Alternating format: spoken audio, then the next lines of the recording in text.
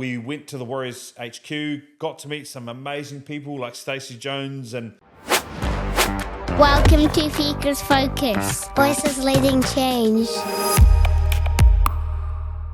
I've had the amazing opportunity in the last couple of days, Wednesday and Thursday, to come across some very, very high-level energy people.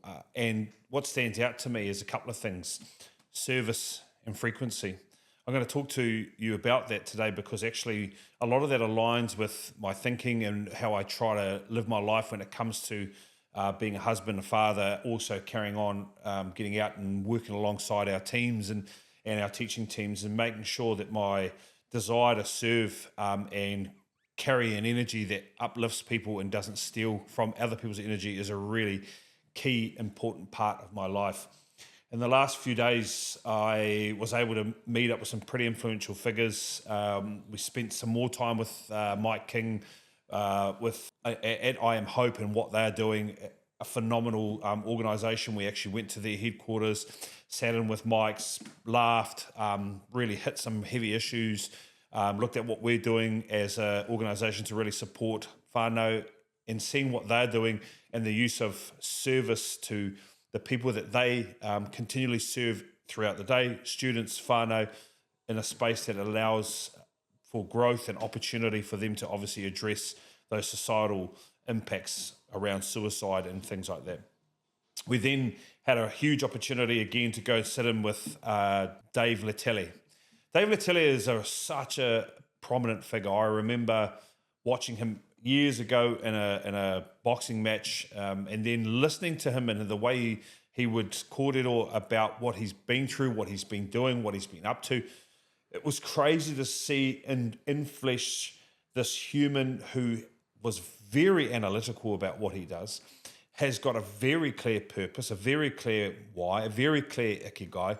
He knows and understands figures and numbers. He realizes there's still lots of work to do, and he's driven by that very strong why in everything he does. The spot we went to was absolutely immaculate. The gym was beautiful. It's well set up. His team that were around that I got to meet, including Manu Vatuve, the team that I got to meet there, they were very enthusiastic. You could sense their energy. You could sense their desire for purpose and to serve the people that come into their space. It was very evident, and that is very clear when you sit down with Dave and go and see what he is up to. You can see their energy level rubs off, and their desire to serve people that walk through their doors is front and centre. I then went for an awesome experience, went to Kohimarama the Thursday morning, and I was able to meet Jay Reeves. Jay Reeves has been across a whole big bunch of projects. He's a very cool individual, and his wairua, his spirit, his energy was very welcoming. It's nice to meet a man who is not afraid to hug. I really want to emphasize that. I've met him through Russell.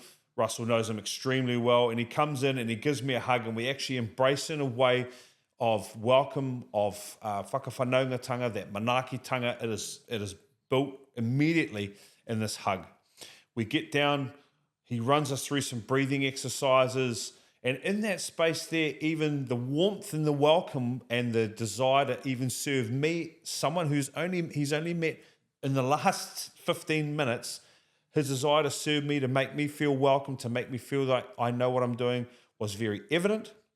He took us through some breathing exercises. It was a powerful moment. It was an opportunity for me. I saw my children in such a great light floating through my head as we were in that meditation space, and my high levels of gratitude even allowed me to weep a little bit in terms of the joy and gratitude I carry for being a husband and a father.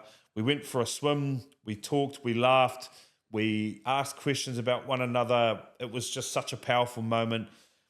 We finish off with a hug, and I walk away light as a feather, say to Russell, the energy of Jay is just so infectious, and that was a very powerful moment. Then, as you all know, I'm a huge Warriors fan. It was awesome. Russell connected us up with Andrew Webster, or Webby. We went to the Warriors HQ, got to meet some amazing people like Stacey Jones, and it was awesome to sit in the headquarters where all the planning happens. We got to watch out over the gym. The boys were training and things like that. Sat down with Webby, had a coffee with Webby, just talking about normal things.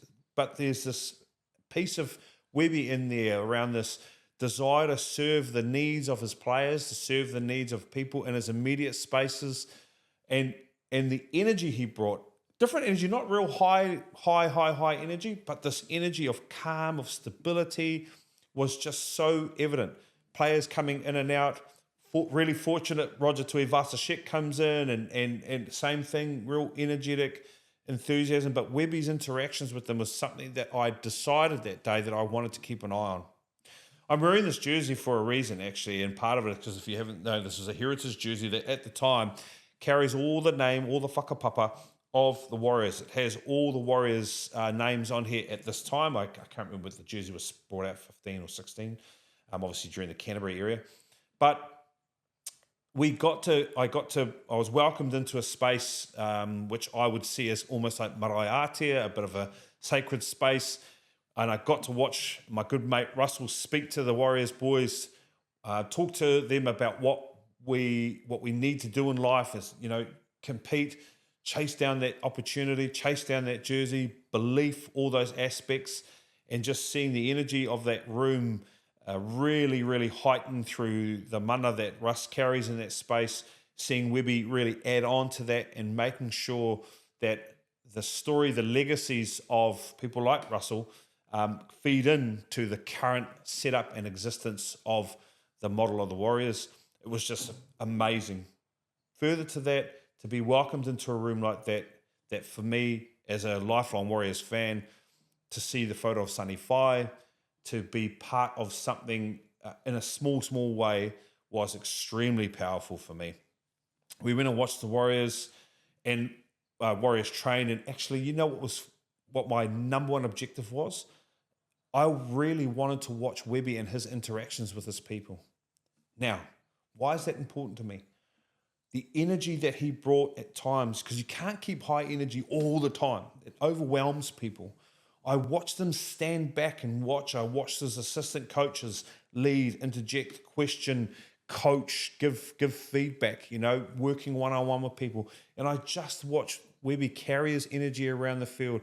There were times he was enthusiastically clapping. There were times I could see him interacting with individuals, new players, as well-established players. It was so evident to me that his desire to serve the needs, the individual needs of his team right in front of us was just so powerful. I could not stop watching Webby and what his interactions were. What was evident to me was how he has created an environment that allows his people to thrive. That is an important message to me. That is something that is our North Star. Our North Star is driven by creating environments where people get to thrive.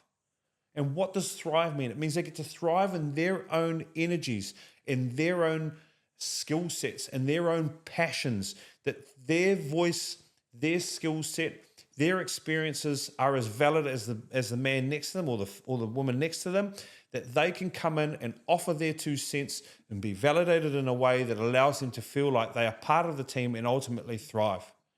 Now, you know that we all want the Warriors to thrive, especially me. But when I saw that at that level, when I saw a coach of a high-level team sitting back, offering opportunity to be accessible for players to walk past, quickly ask a question and have their needs being met just like that, I really felt grateful for the opportunities that we have to do exactly the same thing. Is that why the synergies of the Warriors and us are there? Maybe.